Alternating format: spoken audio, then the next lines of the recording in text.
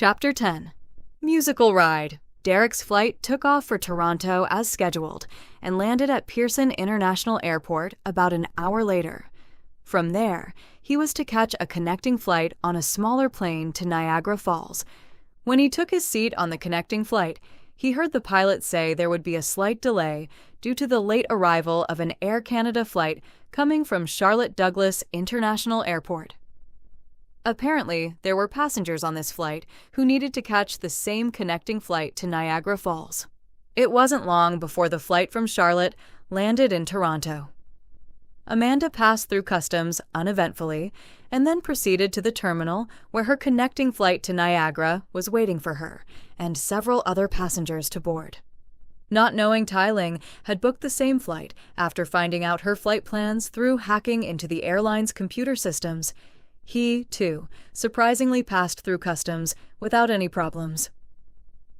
After all, the police was looking for an Asian man attempting to leave instead of enter Canada.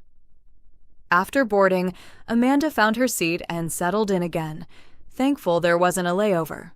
Careful not to be seen by her, Tai Ling also boarded the same flight and, again, sat near the back of the plane. When the plane was airborne, she felt the need to talk to someone, so she decided to strike up a conversation with the young man sitting next to her. She noticed he was reading something pertaining to the Royal Canadian Mounted Police and something called the Musical Ride. Curious to know what the Musical Ride was about, she introduced herself. Excuse me, but I couldn't help notice the brochure you have there. My name is Amanda Silver. What's yours? The young man turned his head and smiled. She didn't mean to stare, but she thought he was gorgeous. My name's Derek Dudley. Here, you can have this one. I have extras. When he smiled at her again, she felt her heart skip a beat, and an unexplainable excitement leapt from her stomach to the lump in her throat. She didn't understand why she reacted this way, but his sweet grin just melted her heart. And his eyes, they captivated her soul. They sparkled with so much hidden emotion. She saw the full gamut: love, hate, faith, doubt, pain, sorrow, compassion, and hope as she gazed into them. In that brief moment, she saw mysteries there too, and she sensed he was searching for something. All this happened in a split second of time, yet the moment felt like an eternity. When the strange sensation passed, she thanked him and focused her attention on the brochure he handed her. She glanced at it for a moment and said, So what's this musical ride about? As he proceeded to give her a brief history of the musical ride and how it was performed in relation to the early cavalry drill movements of the Mounties to maintain peace in the Canadian West, she became extremely interested. He told her from 1873 until 1966, every member of the force used to undergo recruit equitation training, but now only those who apply and are accepted for duty on the musical ride learn how to ride in the mounted police tradition. He went on to explain the RCMP participated in numerous ceremonial escorts, parades, and celebrations in various cities throughout Canada and abroad. She was especially fascinated when he told her he was an RCMP sergeant from Ottawa on his way to Niagara Falls to perform there this weekend.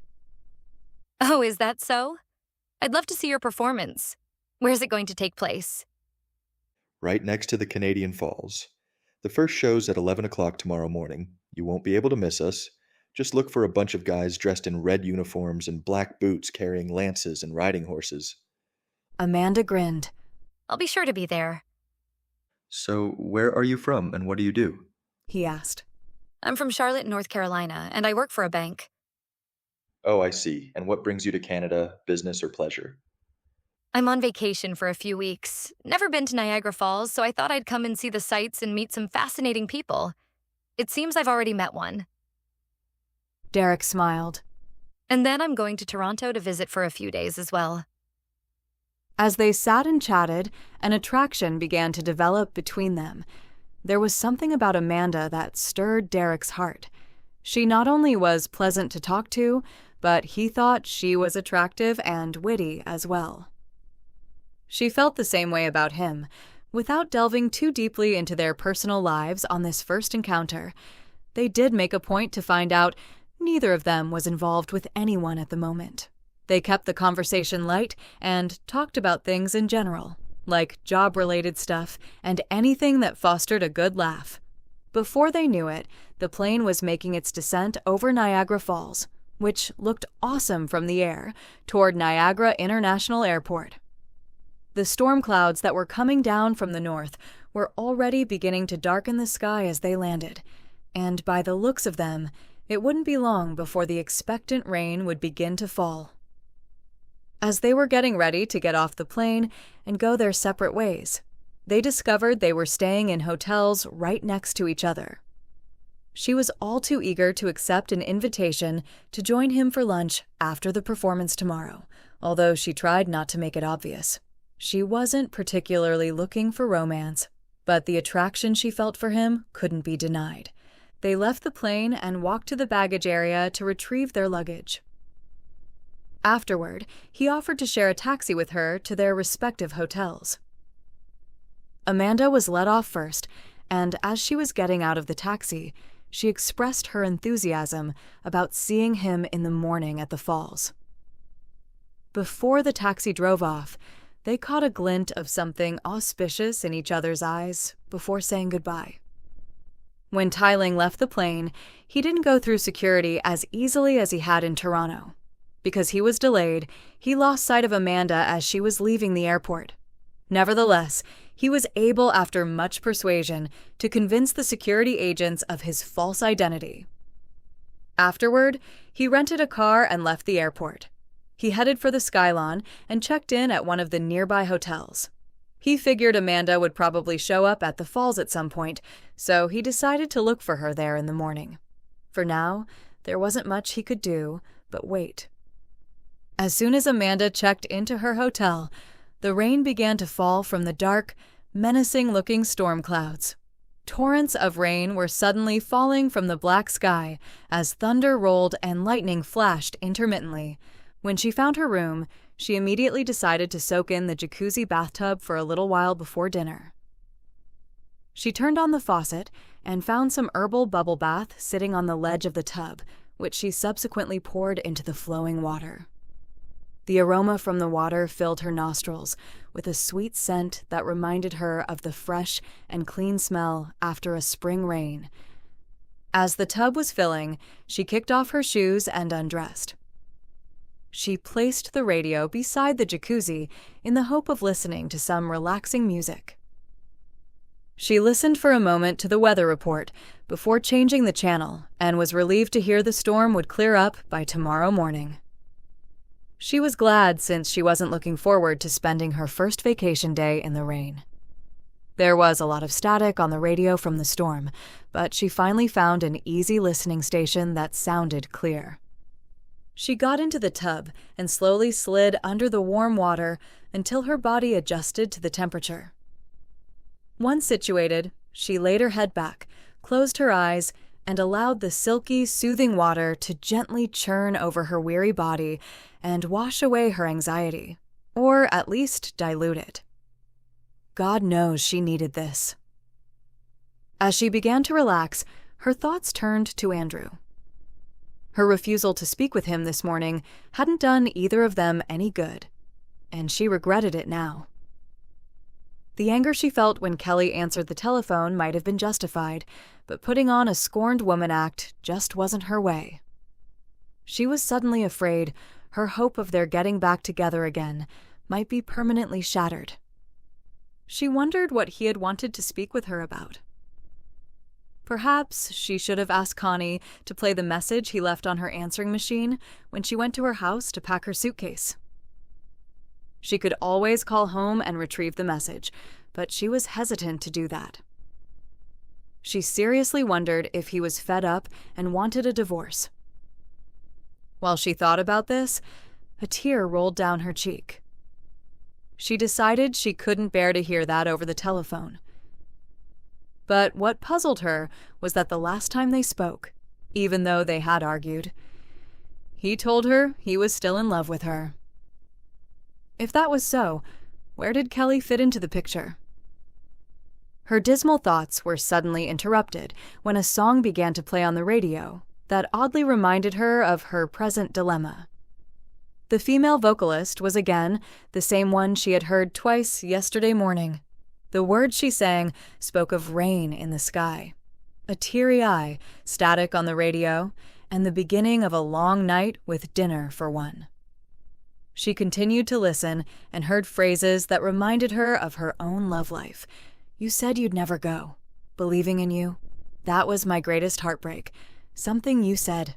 Something that you didn't mean." As the song faded, she was beginning to realize the concurrence of this particular song, as well as the others, with what she was feeling at this precise moment, couldn't be coincidental. She cringed at the thought that she might be living the lyrics to songs, but rather, she now believed they were intentional. And she was also beginning to realize something else couldn't be coincidental.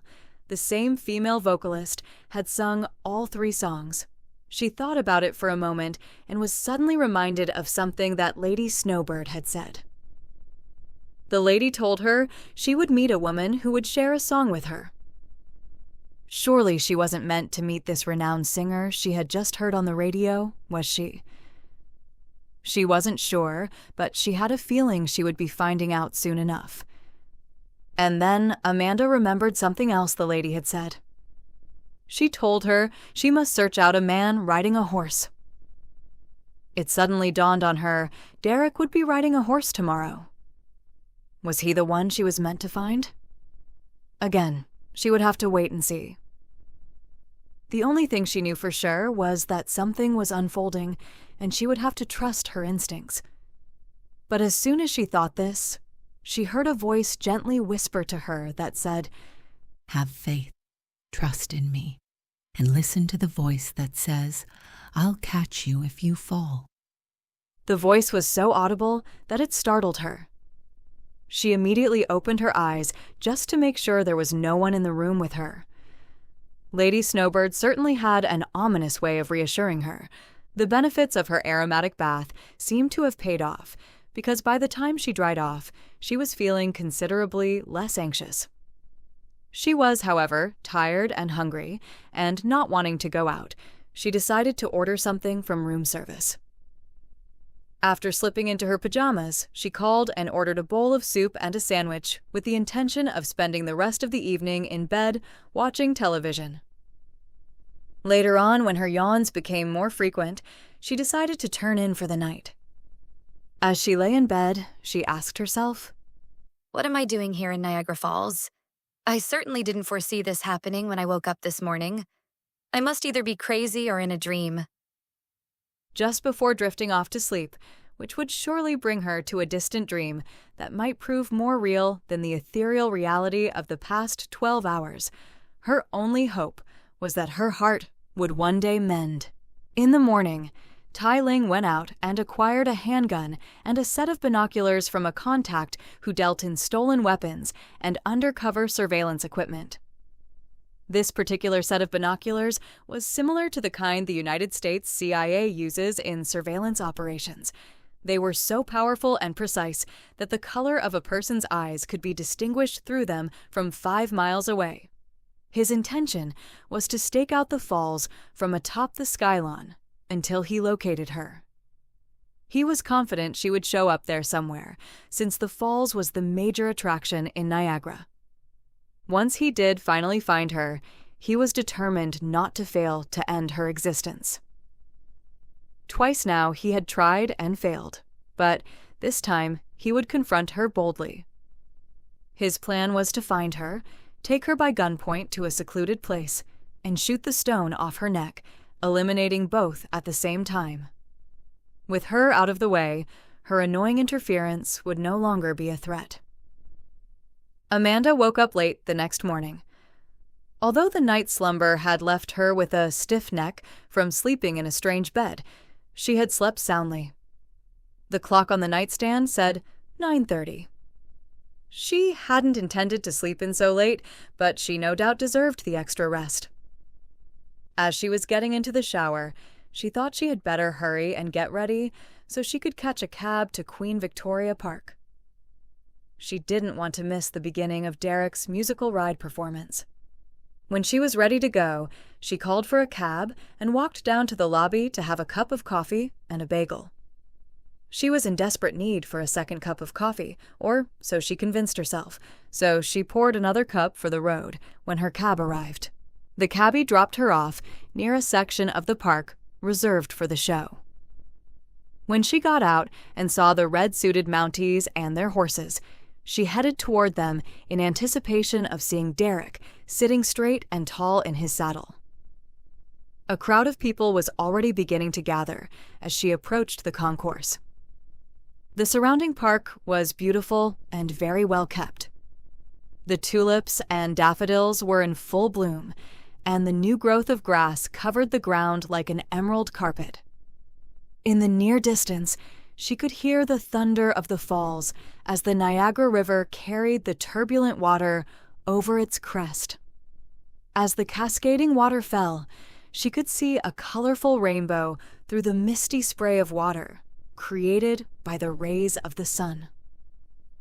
The morning sunshine had completely dried the ground from the previous night's rain, for the exception of a few puddles here and there. Amanda took in all the sights and sounds of her surroundings, which reminded her of a song that fit this picture. As she was trying to remember the lyrics, she suddenly heard it began to play on someone's portable radio. Among the phrases that caught her attention, "See clearly, the rain is gone. Gone are the dark clouds. It's going to be a bright, sunshiny day. I think I can make it now. Here's the rainbow I've been praying for." The most hopeful was the one about the rainbow, because a rainbow always symbolized a promise. When the song faded, she wasn't surprised the voice was the same as the one she'd been hearing for the past 2 days. She realized the messages in the songs were meant especially for her. They were no doubt sent to either remind her of something or to comfort her. This particular song made her feel hopeful and encouraged. She was especially certain of this when she happened to look up and see the little white bird sitting on a low hanging limb of a maple tree just above her head. Lady Snowbird was watching out for her as she promised. After she came close enough to get a good view of the performance, her eyes swept over the performers until she caught sight of Derek. She immediately started waving her hand to draw his attention toward her. When he finally noticed her and recognized who she was, he mounted up and rode his horse over to where she was standing. In a few short gallops, he towered over her after promptly halting his steed, and then he dismounted to greet her. Hello, Amanda. I'm glad to see you found your way to the park. I'd like to introduce you to my friend here. Horseshoe, say hello to my new friend, Amanda. Horseshoe stomped his foot and nodded his head. Amanda grinned. Well, hello, Horseshoe. Aren't you a handsome one? As a matter of fact, you both are. Derek smiled. Say thank you, Horseshoe, for the compliment. Horseshoe responded by nodding his head and neighing. She could tell this creature was at the center of Derek's heart. He obviously loved and trained him well. She could sense he took pride in performing this grand tradition with such a magnificent steed. Amanda? Derek began as he pointed to an area where she could get a prime view of the show. Come with me and let me show you where you can stand to view the performance better.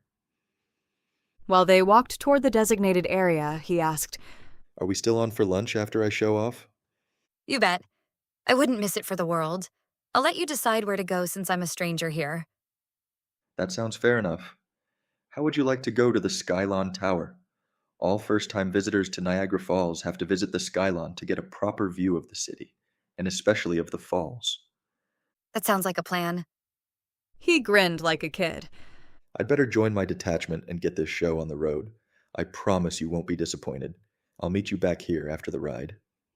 As Tai Ling was viewing the area through his binoculars from the observation deck of the Skylon, he noticed the gathering of the Royal Canadian Mounted Police near the falls in the park. He decided to concentrate his efforts there, since there were a lot of tourists gathered. While the RCMP was lining up their mounts in parade formation to begin the ride, Ling caught sight of Amanda directly in front of the mounted policeman. What luck, he thought. He was amazed at how quickly he had found her.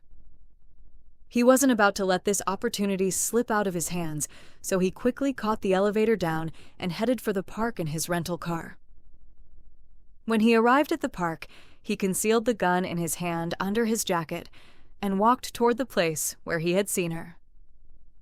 After nudging his way through the crowd, he finally spotted her standing near the edge of the concourse.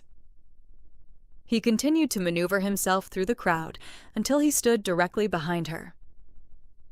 He waited until the end of the show before making his move. When the crowd began to dissipate, he took a firm hold of her arm and said, "Hello, Miss Silver." She abruptly turned to see who it was. A momentary flash of horror and fear appeared on her face, which was in stark contrast to the amusement that appeared on his. "So, we meet again," he said devilishly. "I see you're wearing the gift I left for you. What a pity you weren't able to receive the full effect of my other gift. You do know you're supposed to be dead, don't you? But don't worry, I intend to remedy that." Chapter 11. Niagara Falls. Amanda attempted to pull away from Tai Ling, but his grip on her arm tightened. "Careful, Miss Silver. He warned her. I have a gun under this jacket that may go off accidentally." She looked down at his jacket-covered hand and saw the barrel nose of his pistol. She stood speechless. "Now listen very carefully, Miss Silver. You and I have some unfinished business. You're going to take a walk with me, so don't try anything foolish. Let's go." He forcefully started to make her walk with him toward his car, but she wasn't about to allow him to force her to go anywhere with him. As her mind raced to think of what she should do, she remembered her self-defense training. She only hoped the taekwondo she had learned a couple of years ago would prove useful now. As they were walking, she deliberately dropped her purse on the ground in front of her. They stopped, and he allowed her to bend down to retrieve it. But when she bent down, he loosened his grip on her arm long enough for her to deliver a sweep kick to the back of his legs. Without even knowing if she could still do it, she extended her right leg and swiftly pivoted around on her bent leg, knocking him off balance. Now it was his turn to be surprised. He fell backward, hitting his head on the hard ground below. As he lay dazed on the concrete walkway, she wasted no time getting up and kicked him in the face as hard as she could before he had a chance to recover. Pain and cursing ensued from the assault as she stepped blindly into some passers-by who had stopped to gawk. In the meantime, as the scene was unfolding, Derek had seen everything from his horse. Without hesitation, he spurred Horseshoe into a swift gallop and rode to where she was standing just a few feet away from the man on the ground. Ling got to his feet, however, before Derek arrived and took off into the crowd. He would have shot her right there and then if he hadn't seen the Mountie coming. By the time Derek reached the scene of the altercation, her heart was racing so fast she could hardly breathe, and Ling was nowhere to be seen. She couldn't believe she had actually pulled the stunt off and was amazed she had even remembered how to do it, but she thanked God she had. Her 2 years of martial arts had paid off, remarkably saving her life. Her mind raced with questions as she wondered how Ling had found her. She was also wondering how she was going to explain the incident to Derek. When he dismounted, she knew she must somehow tell him she had encountered Ling before. She realized he was wanted by the RCMP, but she wasn't sure how she was going to explain why he wanted her dead. He approached her with concern and asked, "Amanda, are you all right? What happened between you and that man I saw you walking with?" Her composure began to return somewhat as she decided how to answer. So taking a deep breath, she said, I believe he was trying to mug me. She wasn't sure why she had said this, but it was the best thing she could think of until she could find the right time to tell him the truth, which she tried to push aside for the time being. Trembling still, the incident must have affected her more than she realized, but his comforting arms around her also made her realize she wouldn't have to face her adversary alone for the time being. "I'm so sorry this happened," he whispered. But don't worry, I'll let the local authorities know there's a mugger loose in the park. If you can give them a description of him while it's still fresh in your mind, then we can possibly catch him before he tries to harm anyone else. She agreed to do this, giving the local police every detail of Ling's description, which wasn't hard to recall because it had now become an indelible mark on her memory, although she refrained from telling them that she knew him. They assured her they would be looking for him, which gave her some peace of mind for now. After their police business was over, Derek decided to make arrangements to let the 2:00 performance go on without him so he could spend the rest of the day with Amanda under his protective wing. Besides that, the time would give them the opportunity to get to know each other better, which was the upside to this unfortunate incident. You still feel like going to the Skylon? He asked. Sure I do. I'm not about to let a little ordeal like this spoil the rest of my day. Of course she was being brave, because she knew this little ordeal was more serious than what she was letting on. But she didn't come to Canada just to take refuge from a killer. She deserved some enjoyment, so she decided to focus her attention on her handsome Mountie friend and let the police deal with the threat of Tai Ling.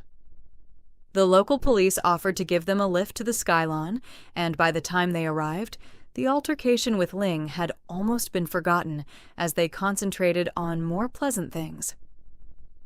The attraction between them was noticeably growing while they spent the next 2 hours from the observation deck of the tower.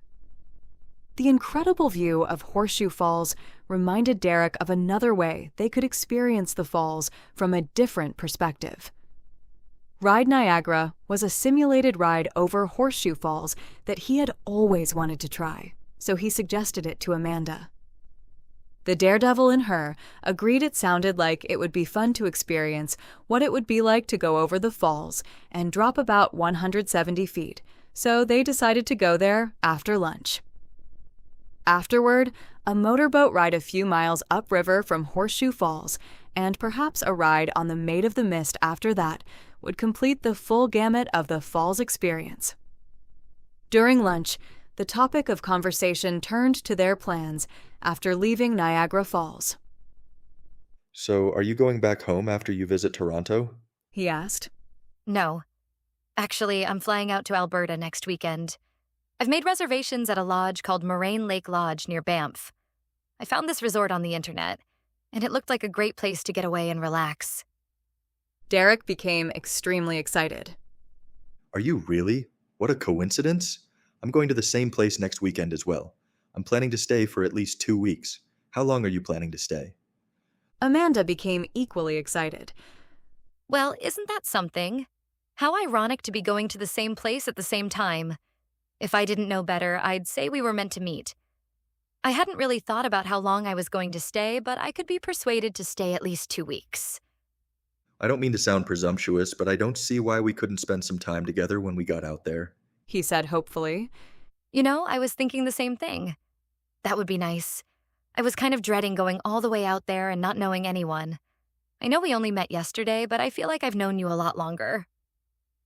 As Amanda contemplated this, she was reminded that perhaps Derek was the one she was meant to meet. Lady Snowbird hadn't been too specific, but the timing of events since leaving Charlotte seemed to suggest her meeting him on the plane was not by chance. When they left the Skylon, they took a taxi to the Clifton Hill area and then to their destination under the Rainbow Bridge.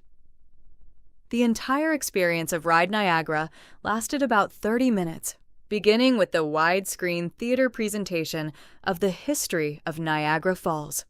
But the ultimate thrill came when they entered the simulated hydro shuttle. Suspense began to build when they emerged from the hydro tunnel and caught the rough current of the Niagara River as it carried them closer to the brink of Horseshoe Falls. They heard the thundering sound of the falling water grow louder as they neared the crest of the falls and saw the mist from the watery spray. The suspense climaxed when they finally went over the crest in a mighty rush of water toward the rock talus at the base of the falls. But because of the special hydro thrusters of the shuttle, they survived the fall to face the whitewater rapids of the Niagara Gorge as it flowed toward the Niagara Whirlpool. When the ride was finished, they emerged exhilarated, but glad it was over. The falls fascinated her, but she thought how fearful and foolish it would be to experience going over it any other way. The history of the falls was full of daredevil tales of men and women risking their lives in all kinds of contraptions, from padded wooden barrels to rubber balls, all hoping for fame and fortune. When they left the Rainbow Bridge, they caught another taxi and drove up the river to a little marina where they could rent a motorboat and some fishing rods. Derek loved to fish, and he soon found out that Amanda did too. After getting settled in the boat, he steered them a little ways downstream and found a good place to drop anchor. They soon lost track of all time as they fished and talked in the warming rays of the afternoon sun, which shone brightly through the clear blue sky, a glad reminder that it would soon be summer. What a perfect day it had turned out to be, Amanda thought. Even though she was still disturbed by the appearance of Tai Ling and his cleverness to find her, she decided not to think about it. There would be time to deal with her enemy later. For now, she only wanted to enjoy this moment with her friend. The attention Derek was giving her made her feel alive and sane. His company had certainly been therapeutic, and it eased her bruised heart. He seemed to be enjoying her company as well. While they talked and exchanged bits and pieces of information, something he wondered about in particular emboldened him to ask her a personal question. So, if you don't mind my asking, why is an attractive woman like you not involved with someone? She hesitated, but then decided what the heck. Keeping the pain inside only made it hurt worse. Well, I was. But it's over now. Circumstances and other things got in the way of a lasting relationship. And then she proceeded to tell him all about her separation. Talking about it didn't necessarily lessen the pain, but it did help her to put things in perspective. When she was finished telling her story, Derek decided to tell his. He proceeded to tell her about his plans to get married several years ago, but circumstances had also gotten in the way of him having a lasting relationship as well. Talking to each other about their lost loves seemed to create a special bond between them that surpassed the typical knee-jerk reaction attraction of being on the rebound. As comforting as it was to talk about their past, they soon discovered their conversation became a distraction. So much so that they didn't notice when the anchor dislodged, and they began to gently drift downriver. It wasn't until they floated just upriver from Goat Island that they realized the current was running swifter. When Derek saw how close to the falls they had drifted, they immediately put their life jackets on. He then started up the boat and headed back upriver. That was too close for comfort. I should have been paying closer attention. Sorry about that, Amanda. Just as they started to enter less turbulence, they looked upriver and saw another motorboat coming toward them. Derek immediately turned the boat away from the oncoming vessel to give it room to pass, but noticed it didn't change direction. It kept on course, coming straight toward them. He slowed a bit, thinking the other vessel wanted to communicate with them. But when the other boat drew near, instead of slowing, it increased its speed and came straight for them. What the heck does the idiot think he's doing? Derek said as he watched in unbelief, but before he had a chance to yell at the man to change course, the man swerved and rammed the bow of his boat into the side of their motor, causing it to stall. After the boat passed by, Amanda swallowed hard in fearful surprise when she recognized the man. Without thinking, she blurted out, "Oh no, Tai Ling." Derek looked at her in bewilderment, while Ling quickly turned around and made a second pass at them. This time, the jar from the impact knocked Amanda into the water, and she began to float downriver toward the falls. Derek looked on in horror as she floated farther away. He frantically tried to restart the engine to no avail. Angered and shocked that he had allowed this to happen, he grabbed the mooring rope and tied it to the life preserver before jumping into the cold water. The current carried them closer to the crest of the falls as he tried to swim as hard as he could to catch up with her. Just as she was approaching Goat Island, he yelled at her to swim toward it. Her efforts seemed to be successful as the current carried her closer to the shallows of the island. She frantically tried to grab a hold of one of the rocks that jutted up near the shore and finally managed to do so, holding on for dear life as the current continued to rush past her. When he finally reached the shallows himself, he successfully caught hold of another rock not more than 10 feet away from her. Out of breath and terrified, he told her to hold on as he prepared to throw the life preserver to her, knowing if she let go, there would be absolutely no way for him to rescue her. The first throw came up short, so he quickly reeled in the rope and attempted a second one. This time, the life preserver came within a foot of her grasp. She reached out and managed to grab it, just as the force of the current began to pull her downriver. Exhausted and frightened, she held on as tightly as she could, while Derek pulled her toward land. But the force of the current proved too great as the rushing water suddenly splashed into her face. Unable to see or breathe, the overpowering current finally subdued her strength, and the life preserver slipped out of her hands. Once again, she began drifting toward the mighty cascade. In hopeless despair, Derek was utterly helpless now to save her as he watched her float away. The deafening sound of the thundering water rang in her ears as she waited for the inevitable. Knowing she couldn't prevent herself from going over, she suddenly remembered the voice that spoke to her the previous evening in her hotel room. It said, "Have faith, trust in me, and listen to the voice that says I'll catch you if you fall." When she thought of the words, she closed her eyes and called out the lady's name as the 40-mile-an-hour current carried her over Horseshoe Falls toward the rock talus below. Derek, still clinging to the rock he had latched onto, was feeling sick to his stomach as he lost sight of her in the mist of the falls. Shivering in the cold water, tears began to swell in his eyes when he realized Amanda had gone over the thundering crest. His guilt surfaced to the forefront of his mind, and his sorrow turned to anger for allowing the boat to drift so close to the falls. But as he began to think about it, he finally realized he couldn't blame himself entirely for this tragic event. The ramming of their boat had certainly been intentional. And then he recalled Amanda yelling out Tai Ling's name. If this was the same man who was wanted by the RCMP, he understood his ruthlessness, but he wondered how she knew him and why he had targeted them. These were questions he would never be able to ask her now. As the stark reality began to set in, he painfully realized there was no way she could have survived the fall, and he vowed to avenge her death. Ling had gone too far this time. Wiping the warm tears from his blurry eyes, his sorrowful thoughts were abruptly interrupted by the sound of someone yelling at him from the shore of the island. He turned toward the voice and saw a man standing just a short distance away at the water's edge. When the man saw he was clutching onto a rope, he told Derek to throw it to him. As soon as he safely reached the stony shore, he collapsed with exhaustion. Now out of danger, the man told him to remain where he was while he brought back help.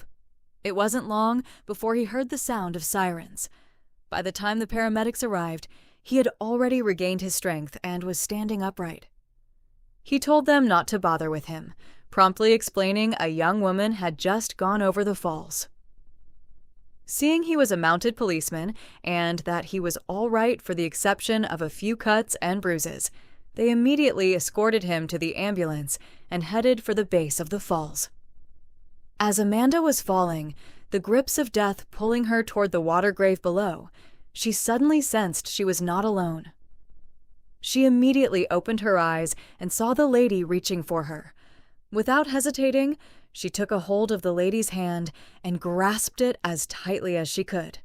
At that moment, she no longer felt the sensation that she was falling. Instead, she felt as though she was floating on air. While she held the lady's hand, a vision of some sort came to her as she gently floated closer to the river basin below. In her vision, she heard Derek calling out to her for help. He was imprisoned somewhere in a dark place. She was desperately trying to find him so that she could help him escape from something that she sensed was deceitfully evil. As she searched for him, she heard someone laughing, but it was far from cordial. It ran chills down her spine. Then a voice said to her, "You might as well give up. He's mine now. You're powerless to save him." She also saw a figure of a man holding a leather pouch. From his indigenous features, he looked like a North American Indian, and he was pointing toward a mountain. After that, the vision left her as she once again felt herself falling, but gently, toward the water. Although she knew seconds had only passed while she was falling toward the bubbling water at the base of the falls, it felt like time had stood still. When she finally hit the raging torrent of the lower Niagara River, the bubbling water seemed to cushion her fall as it pushed her away from the falling cascade.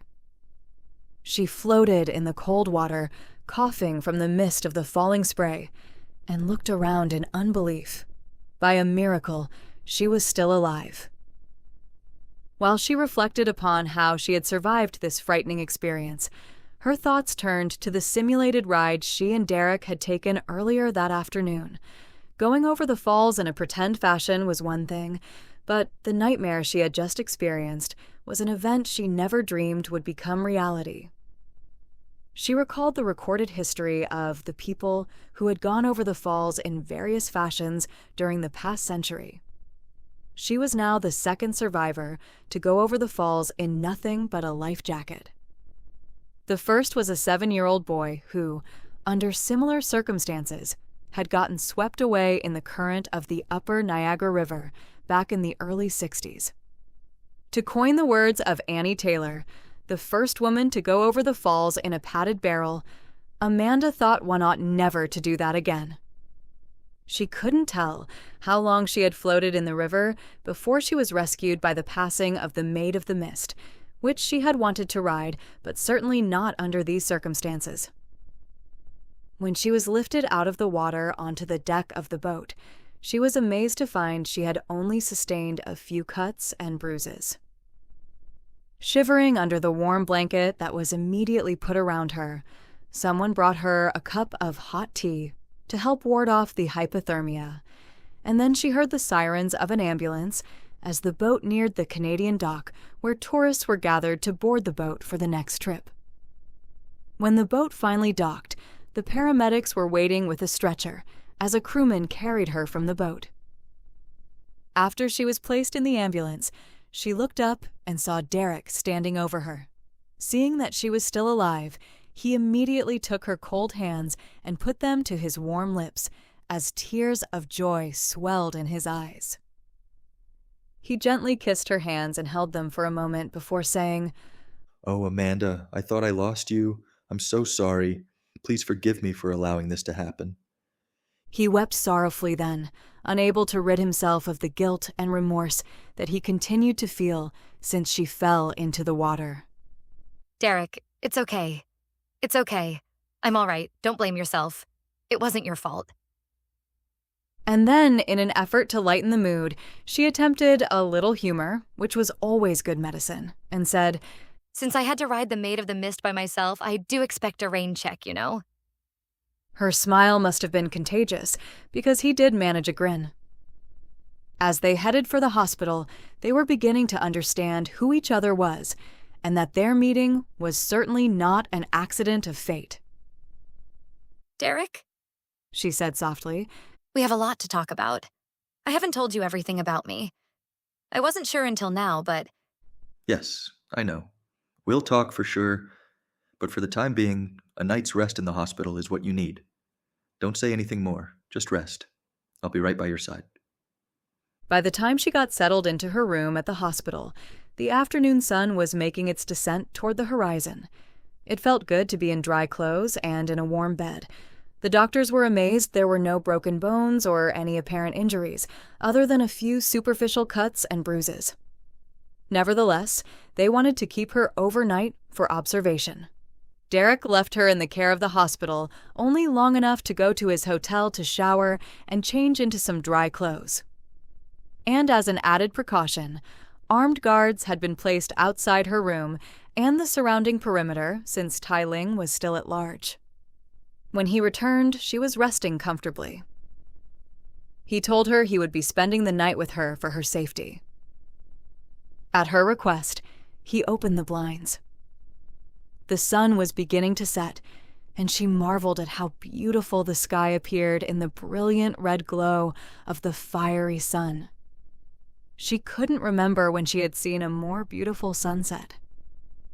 While she stared out the window, she was reminded of how fortunate she was to be looking at another sunset. Her first weekend in Canada had certainly been a change of scenery, much more than what she had bargained for. When she left Charlotte 2 days ago, she was alone and an emotional mess. But now, in spite of the dangers and near-death experiences, she didn't feel so alone anymore. Like the sun up from the hills, Derek had come out of nowhere. They both knew that when that sun set, it would rise again in the morning with hope and new meaning. Chapter 12. Place of Meeting. Sapo Crowfoot was sitting inside the circle of sacred stones that he had arranged the day before upon a hoodoo near Head-Smashed-In Buffalo Jump in southwestern Alberta. He had come here for a vision quest. Like his ancient Blackfoot ancestors before him, he would often go to a secluded wilderness place to seek truth and understanding from the Great Light. His spirit felt troubled of late, and he needed to know why. Since early yesterday morning, he had been fasting and meditating as he spoke to the Great Light for guidance. As the first rays of the morning sun began to display its golden light upon the cliffs and sandstone rock formations of this sacred site, he reflected upon the history of his people. Head-Smashed-In Buffalo Jump was an ancient kill site used for many thousands of years by the Blackfoot Indian Nation. Young men from the tribe would dress up as wolves or coyotes and corral buffalo into drive lanes to the cliffs where they would run over the edge. For a kill to be successful, the wind had to be blowing in the right direction so as not to alert the buffalo to the danger of the cliffs. The warm breeze blew gently through the long locks of his dark hair, and he thought that today would have been a good day for a buffalo hunt. Although the site had not been used for over 150 years since the near extinction of the buffalo, it remains a very important spiritual place to the Blackfoot people. Today, there are interpretive tours of the site conducted by various members of the Blackfoot Nation. While the sun continued its ascent over the horizon, he suddenly felt his spirit transcend to another place. He found himself standing before a mountain with 10 peaks. He recognized the mountain peaks. They were located north of Fort Macleod, one of the original mounted police posts, which was a short distance east from where he was. Nestled somewhere in the midst of those peaks was a dark stone castle surrounded by a moat. He felt an evil presence within the walls of that castle. His spirit told him that someone was in trouble and that a soul was on the verge of being lost. And then he saw a man in a scarlet uniform. He knew from the man's appearance that he was a Royal Canadian mounted policeman. He understood the man to be imprisoned in that castle and was fighting for his will. And then he saw a woman wearing a silver necklace with a green stone. The woman was falling over a thundering waterfall. The next thing he saw was a regal-looking woman dressed in an all-white garment. As the gentle breeze blew through the folds of her dress, the beauty of her form was displayed in awesome perfection. Truly, this was a creature of the Great Light, he thought. The woman was holding a little white bird in the palm of her right hand. She softly spoke to him and said, Sapo, I've been sent by the Great Light to fulfill your quest. I'm Lady Snowbird, and the answers you seek have been shown to you. As you've sensed, your service is required to help the man and woman whom you saw. They too have their own quests that need to be fulfilled. After the lady spoke these words, he was shown a glimpse of the future through a series of panoramic visions. He understood two possible outcomes. One would be a seamless transition into the era of a new millennium. The other would be the passing of mankind into a chaotic millennial dawn. He returned to himself when his vision quest ended and thanked the great light for the revelation. He now understood why he had been troubled and what he must do. When he got up from his all-day, all-night vigil, he opened his hand and found a tiny white feather, which he knew was confirmation of what he had just seen. He took the little feather and placed it inside the medicine pouch that he carried at the side of his waist belt. He stood looking over the rolling plains and remembered the story that was told about his great-great-great-grandfather, Sapo Muxika, also known as Chief Crowfoot, for whom he was named. During the time of the Northwest Rebellion in the late 19th century, Chief Crowfoot refused to join the other Indian tribes in attacks against the Northwest Mounted Police.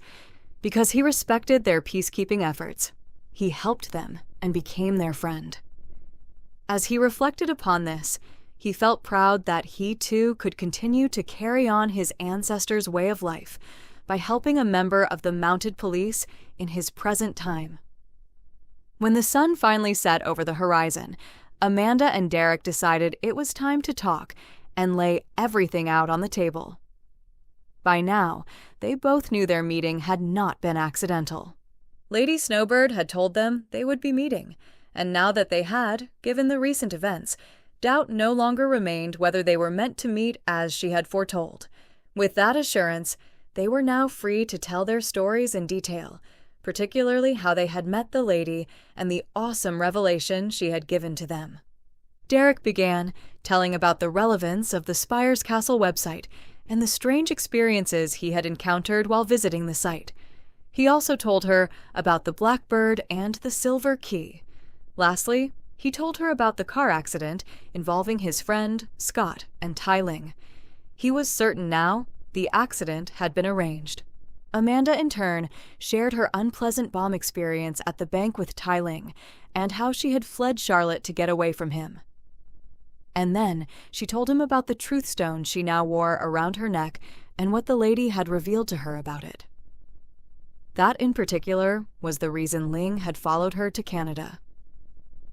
She explained he had somehow found her at the musical ride and was the man who had tried to abduct her at gunpoint. But fortunately, she had remembered some self-defense tactics. She was certainly no match against a martial arts expert like Tai Ling, but a little luck mixed with the element of surprise certainly served her well. The reason why she didn't tell Derek about Ling at the time was because she wasn't certain if he was the one the lady had told her about. After all, it would have been a pretty incredulous story if he hadn't been the one she was meant to meet. They also talked about the little white bird, the songs they had heard, and the singer who sang them. They didn't totally understand the significance of the songs or what role the vocalist who sang them played in all of this, but they knew they would find out soon enough. So? Derek began. Now I understand how you knew Tai Ling when he rammed our boat on the river. I can't explain how incredibly hopeless I felt when I saw you drifting toward the falls. If I could have traded places with you, I would have. But now I realize the necklace was the reason you survived the fall. The necklace might have had something to do with it, but I believe Faith was the real reason I'm still alive. The lady's come to me every time I needed her. She told me to call out her name if I ever needed help, and she's the one who caught my fall. Derek thought about this for a moment and wondered about the lady. Who was she really? Although he knew there was some strange power at work in all of the happenings involving the website, Tai Ling, and now Amanda. He wasn't as trusting as he wanted to be of Lady Snowbird. He decided it was better to be cautious until he knew for sure how all of these events fit together. Derek, there's something else I need to tell you. The strangest thing happened while I was falling over the falls. When the lady came to me, I believe I saw a vision of some sort. I remember seeing a man pointing to a mountain. He wore long black hair and he carried a leather pouch at his side. He was an Indian, but I'm not sure from which tribe. And then I heard your voice. You sounded like you were in trouble. You were calling for help. I was searching for you in a large, dark castle. It was very foreboding. I was trying to find you in a maze of corridors and doors. While I searched for you, I felt so helpless because I didn't know which door you were calling from. And then a wicked-sounding voice told me to give up, that I was wasting my time. She shivered when she thought about that voice. It had been so cold and deceitful that it left her with a sick feeling in her stomach. Derek could tell the ordeal bothered her. The comfort he offered might not assuage her fear of losing him to some devil, but he held her hand to reassure her that he could take care of himself. Don't worry about me, Amanda. I'm taking a cautious approach to all of this. I'm not sure what's supposed to unfold next, but now that we've found each other, I'm sure the lady will show us what we need to do. Derek, you don't suppose the castle I saw in my vision was the same one you visited at the website you told me about, do you? Spires Castle? I don't know, but I suppose it could be. The funny thing is that I almost went through one of the doors in that castle. If it hadn't been for Scott, who knows what would have happened to me. Ever since that experience, I decided not to venture too deeply into the website until I found out who was behind it. Personally, in light of everything that's happened, I would bet my reputation that Tai Ling is involved somehow. After all, computer crime is his expertise. But there's got to be a mastermind other than Ling who's calling the shots. If I recall correctly, the lady said there was an evil one who wanted to control mankind through the world's computer technology. It would take more than Ling to do that. And it appears that your stone can somehow stop his ambitious designs. That explains why Ling has been trying to kill you, another area of his expertise. It just amazes me that he's been so bold to show himself out in public view. You'd think someone who was wanted by the police would want to lie low and keep out of sight. Derek and Amanda continued to talk well into the night. By morning, they had made some precautionary plans. In light of the circumstances, they decided it would be best if they left for Toronto as soon as possible. He telephoned Scott to let him know they were coming. Scott offered his guest room after hearing about Amanda so she wouldn't have to be alone in a strange city. Derek was glad he offered to look after her, especially after the attempts on her life. He then arranged for a replacement for the day's musical ride performances. After that, he went to the hotel to pick up her things. By the time he returned, she was ready to leave, having already been examined and discharged by the doctor. She changed her clothes and then followed him down a set of stairs. They were escorted to a guarded exit where an unmarked RCMP patrol car was waiting to drive them to Toronto. He wasn't taking any chances of them being seen leaving, especially by Tai Ling. The last thing they needed was for him to follow them. They soon said goodbye to Niagara Falls, a vacation spot Amanda would never forget, no matter how hard she tried. Not that it was all bad. She did meet Derek, which was after all the main purpose for her going there. The drive to Toronto turned out to be very pleasant as they traveled through the Canadian countryside toward Hamilton. The buds of spring were turning to full summer blooms. They passed multicolored wildflowers alongside the highway. Vineyards and cherry trees revealed the local winery and produce businesses. A deer was seen poking its head through some trees as it contemplated crossing the road. Amanda wasn't used to seeing the road signs in kilometers instead of miles, but other than the metric system, she found Canada and its people to be very similar to the U.S. After all, they had shared the same history. As they traveled, Derek gave her a brief history lesson of the area they were traveling through. During the American Revolution, British loyalists had fled to the Toronto area to escape the pernicious conflict and established a thriving colony. It was named York at that time, but as it grew, the name was later changed to Toronto. As they passed through Hamilton toward Mississauga, a suburb of Toronto, Amanda learned the Mississauga Indians had sold their land to the early settlers. Toronto was actually an Indian name, meaning place of meeting. When they arrived at Mississauga, the mounted policeman who was driving them turned down a street lined on either side by the most beautiful willow trees Amanda had ever seen. Tiny birds could be seen perched upon their branches and flying to and fro between the trees. Derek told her they were wrens. While they rode through that willow wood, a song began to play on the radio that was so apropos for this setting that they knew without asking who was singing it. Again, they heard the familiar voice sing about a wren singing a love song, wanting to get to know you, showing you the peaceful feeling of my home, summer thunder, moon-bright days, northern lights, and silver wings in a fiery sky. When the melody was over, Derek was impressed with the timing of the song. He was glad they heard it, because he hoped when the time was right, he would have the opportunity to show Amanda the peaceful feeling of his home, as the song said. He held her hand then, and they knew a special bond was developing between them.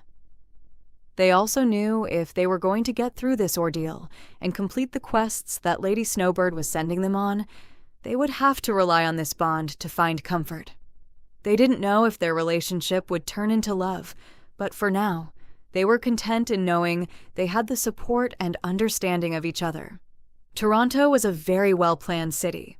Its grid system of streets served it well. It wasn't at all difficult to find one's way from one side of the city to the other. Unlike Charlotte, whose winding streets carried one in all directions, Toronto's streets ran parallel to each other in north-south, east-west directions. Amanda was very impressed with the city's cleanliness and architecture, too. She told Derek that although Charlotte was noted for its trees, sunshine, and mild climate, its road planners must have been drunk when they laid the streets. Since coming to Charlotte from a small Midwest city in northern Ohio, whose streets were also planned on the grid system, it took her some time to find her way around. Scott and Jenny lived in a nice residential area on the outskirts of Toronto. Their home was a contemporary brick ranch with an in-ground pool. It was not unlike the houses in Charlotte. When their car pulled into the driveway, Scott and Jenny came out to greet them. "Hey, bud," Scott said cheerfully when he saw Derek. Although he was still bandaged from his head to his ribcage, he was walking without any difficulty. "Hey, man," Derek said as he shook his hand. "I see you're walking pretty good. It must be because Jenny is taking good care of you." He then leaned over and kissed Jenny on the cheek. "Hi, Jenny. I hope this big lug isn't giving you too bad of a hard time." Jenny smiled. "I know how to handle him. I know where his bruises are." They laughed while Amanda waited patiently to be introduced. Derek glanced at her with noticeable stars in his eyes and a grin the size of the Grand Canyon. "I'd like you to meet my friend, Amanda Silver," he said proudly. "Nice to meet you, Amanda," Jenny said warmly as they shook hands. "We hear you've had quite an exciting time in Niagara Falls this past weekend." Scott shook her hand next and said, "It seems we have something in common besides Derek." And what's that? Amanda asked. Bruises. Scott laughed. Yes, you're right about that. Amanda agreed. Derek had briefly filled Scott in about their encounter with Tai Ling on the telephone this morning. He didn't tell him everything about Amanda's connection with Ling's affairs or why he wanted her dead, other than that she posed a threat to him because she had been able to identify him to the police after the bomb incident, which Ling was suspected of orchestrating. After their suitcases were unloaded from the car, they were invited in. Amanda complimented them on their lovely home as she was shown to the guest room. Her plans were to stay a week in Toronto before going on to Banff and Moraine Lake Lodge. Although she didn't want to impose upon Derek's friends for an entire week, she succumbed when they insisted she was welcome as long as she wanted to stay. With Derek leaving to go back to Ottawa, at least she wouldn't be left alone in a strange city, and she was thankful for that. He planned to go back home later that afternoon to finish up his last week at work, and then meet up with her again in Alberta the following weekend. She offered to set the table while Jenny prepared lunch, a lasagna casserole, which was one of Derek's favorite dishes. The tantalizing smell brought back a memory of the last time Amanda had fixed lasagna, which was also Andrew's favorite dish. It was just before they broke up. She recalled having to eat it alone because Andrew had worked late that night. She was thankful she didn't have to eat it alone now. While they were eating, the subject came up of Amanda's unplanned trip over Horseshoe Falls, which Scott and Jenny had heard about on television last night. They were amazed she had survived the fall with only a few bruises. Of course, at the time, they didn't know who the young woman was, who had plunged accidentally into the upper Niagara River near the falls. They reminded her she would now be named in history as one of the survivors who had gone over the falls. Scott jokingly told her she should be careful getting involved with a guy who got his thrills in such ways. She only smiled, thinking this was probably only the beginning of their adventures and thrills. She wasn't looking forward to any more like this one, but she knew there were more ahead for both of them. When it was time for Derek to leave for Ottawa, he thanked Scott and Jenny for their hospitality, and especially for looking after Amanda the coming week.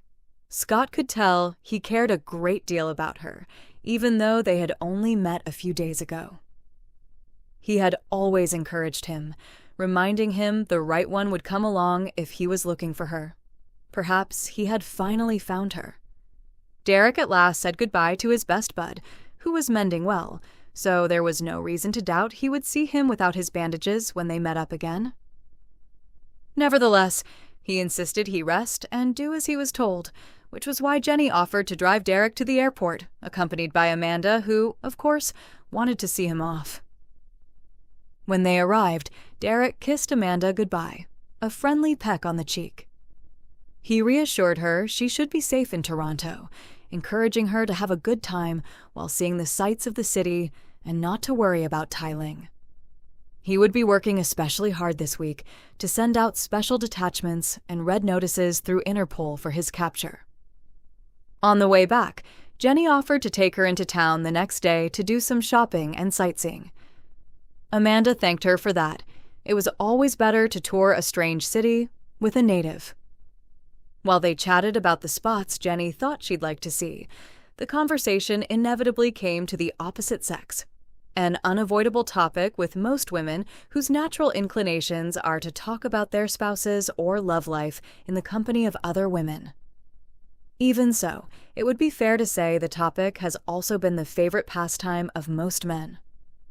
You know, Amanda, Jenny said as she decided to open up the topic, I realize you two have only met, but I detected a spark of romance in Derek that I haven't seen in a long time. I can see he's quite taken with you. I'm rather fond of him, too. Amanda grinned. I don't know how I would have made it these last few days without his care and company. I don't know what it is, but there's definitely a flame burning between us. Later that evening, Amanda enjoyed a relaxing dip in her host's heated pool. It felt good to temporarily swim away the troubles plaguing her life of late, a welcome respite and stark contrast to the frigid waters of the Niagara. That night, she went to bed, again wondering what the next day would bring. She closed her eyes and waited for the night's slumber to overtake her. For the first time since leaving home, she felt something important would be happening to her tomorrow. She opened her eyes for the last time before falling to sleep and looked out her bedroom window. She saw the moon shining like a brightly burning lamp. Its ring of light illumined the passing clouds with a multicolored aura. The moon was indeed nearing its last day of waxing full. In the morning, she woke up early and refreshed. After showering, she joined Scott and Jenny for a leisurely breakfast. They talked mainly about Derek, since she was interested in getting to know him better, but they learned more about each other, too, as they chatted about careers, families, and personal interests. When they were ready to drive into the city, Jenny suggested eating lunch at the CN Tower, a must-see on any tourist's visit to Toronto. Besides that, she knew the eagle-eye view would impress Amanda.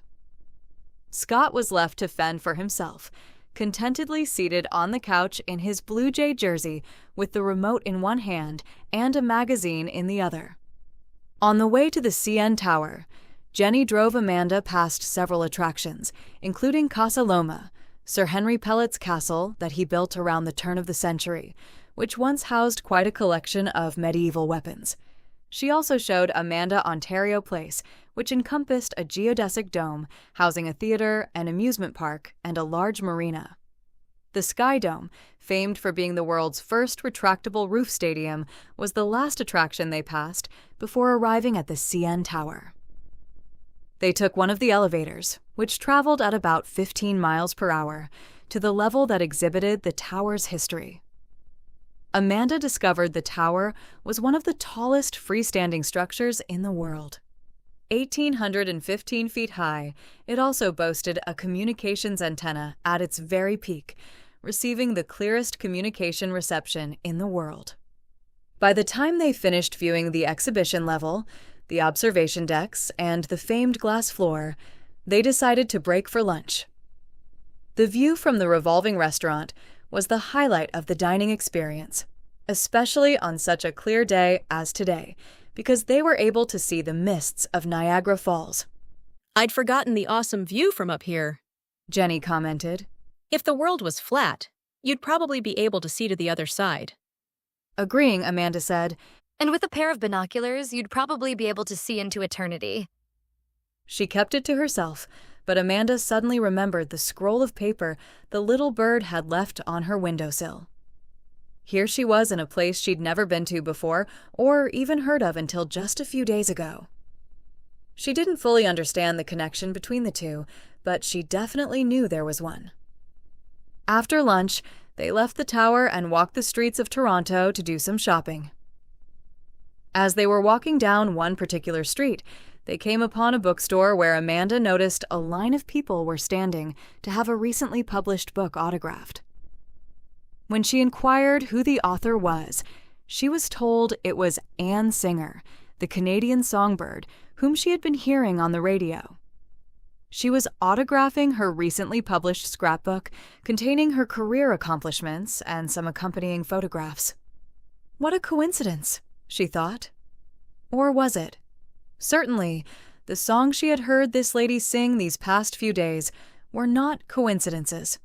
Perhaps this encounter wouldn't be either. She had to find out. She told Jenny she wanted to purchase one of the scrapbooks and have it autographed. Jenny looked at the long line and hesitated but then conceded, telling her she would browse around the bookstore while she stood in line. Amanda thanked her for her indulgence, purchased a scrapbook, and commenced to wait in line. After 45 minutes, Amanda's turn came to finally meet this popular and well-loved female vocalist. Anne said hello and asked Amanda what her name was. However, she paused when she saw Amanda's necklace. She stared at it for a brief moment as if she recognized it. What a beautiful and very unique necklace, Anne commented. It looks old and very cherished. Thank you, Amanda replied, surprised she even noticed it. I don't know how old it is, but it is very cherished. It was given to me by a special friend. Anne studied her for a moment and then smiled. She now knew who Amanda was. Amanda, too, felt a strange connection to her and knew their meeting was meant to be. She couldn't explain it, but she knew. As if she read her mind, Anne asked, Amanda, do you know what Toronto means? I've been told the name means place of meeting. I believe we're both acquainted with the friend who gave you your necklace. We met her in the garden, and now we've met. Afterward, Anne wrote something in Amanda's scrapbook and said, I'm very glad to finally meet you. Please peruse the bookstore while I finish up here. After that, Anne continued autographing the remaining scrapbooks. When Amanda stepped away to read what she wrote, it wasn't at all what she expected. It said, Wait for me. We need to talk. Meet me near the back of the store. Can you come to dinner? Amanda was puzzled. Why would this famous celebrity whom she just met want to invite her to dinner? And what could she possibly want to talk to her about? And how did she know who gave her the necklace? Had she truly met Lady Snowbird in the garden as she had? And why did she say she was glad to finally meet her? While she was contemplating the answers to these questions, Jenny found her. Oh, I see you've gotten your scrapbook autographed. Well, are you ready to go? Amanda hesitated. Jenny, I've got something to tell you. While we were chatting, Ann Singer and I discovered we had a common interest. She asked me to meet her for dinner after she got through here. Isn't that wild? Jenny was surprised. Oh, really? How exciting! What exactly do the two of you have in common? Amanda didn't know what to say, so she simply said, Jewelry. We got talking about old jewelry after she noticed my necklace. She was very intrigued by it. It sounded corny, but it was the best answer she could think of at the moment. Listen, Amanda said quickly before Jenny could ask her any more questions. why don't you go on home without me and I'll catch a taxi later, okay? Jenny noticeably didn't like the idea of leaving Amanda alone, especially since she and Scott had promised Derek they would look after her. But Amanda was a big girl, and besides, it wasn't every day one got invited to dinner by an icon. Jenny glanced at Ann Singer, and then back at Amanda. Okay, Amanda. I can tell this is one dinner engagement you don't want to miss. But be careful.